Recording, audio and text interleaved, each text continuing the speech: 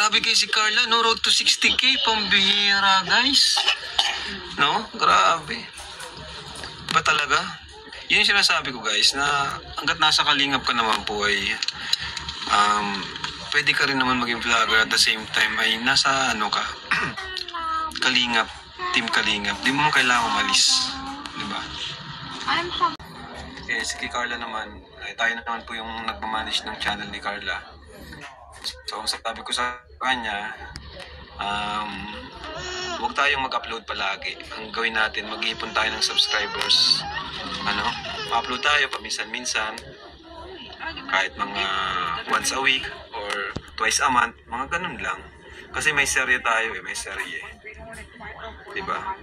Ang mangyayari niyan kapag palagi ka mag-upload, wala na, di na masasabik sa iyo yung tao. Diba guys? So pati sa seryo, di ka na panunuorin. Ayan, ang mahirapan naman nun tayo kasi tayo po yung nagpapaaral sa kanila. Maliban na lang kung piliin nilang magsarili na lang, sila na yung magpa-vlog sa sarili nila, then wala na silang sa kalingap. Kung ganun, maliban na lang kung ganun mangyari. Eh kaso, pag umalis naman po sa kalingap, talagang sa kahit pa sabihin natin kadalasan talaga guys ay bumababa. Kagaya kay Carla, ako mismo yung nagpilit kay Carla na mag-vlog kasi nung una ayaw po ni Carla, ayaw talaga ni Carla. Sabi niya focus muna daw siya sa pag-aaral, pero sabi ko naman habang sikat ka pa, mag-ipon na tayo ng subscribers mo. Grabe yung views ni Carla, nagluto lang ng itlog at hotdog, 100K na. Grabe guys, grabe ang first upload ni Carla, no? Jomcar, grabe din ang Jomcar. Alam nyo guys, sa totoo lang, muntik nang sumama po si Carla dito. Sayang nga eh. Muntik na siyang sumama dito sa Manila. Kaso anong nangyari? Ang nangyari, biglang nagbago yung schedule niya. Pambihira naman, sayang guys. 1 year na si Carla, October 7. Nga gusto kong i-vlog si Carla sa October 7. Kasi 1 taon na siya sa kalingap. Mula nung may scout natin siya. Ako muna naka-scout dyan kay Carla. Nakita ko talaga siya. Sabi ko pa nga i-vlog.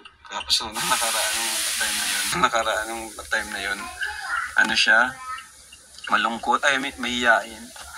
Sabi ko, una talaga kita ako kay Carla. Ganda na talaga ako sa kanya. Para siyang may lahi. Tinanong ko nga siya, may lahi ka ba, ne? Wala daw. Kaya paborito mo kasi ikaw ang naka-scout. Ayan.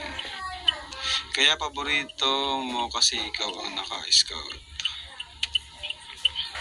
Paborito talaga ni Rap si Carla kahit ano pa. Paborito ko yung lahat guys. Paborito natin yan lahat. Binabash si ikaw nang bahala. Paborito natin yan Loko tong si Bulaklak mo. Binabash si Hindi yan pwede guys. Yari ka ngayon Bulaklak. Ginagalit mo ang ating viewers. Kaganda-ganda ni Carla Sa totoo lang mga kalingap, grabe po ang apel ni...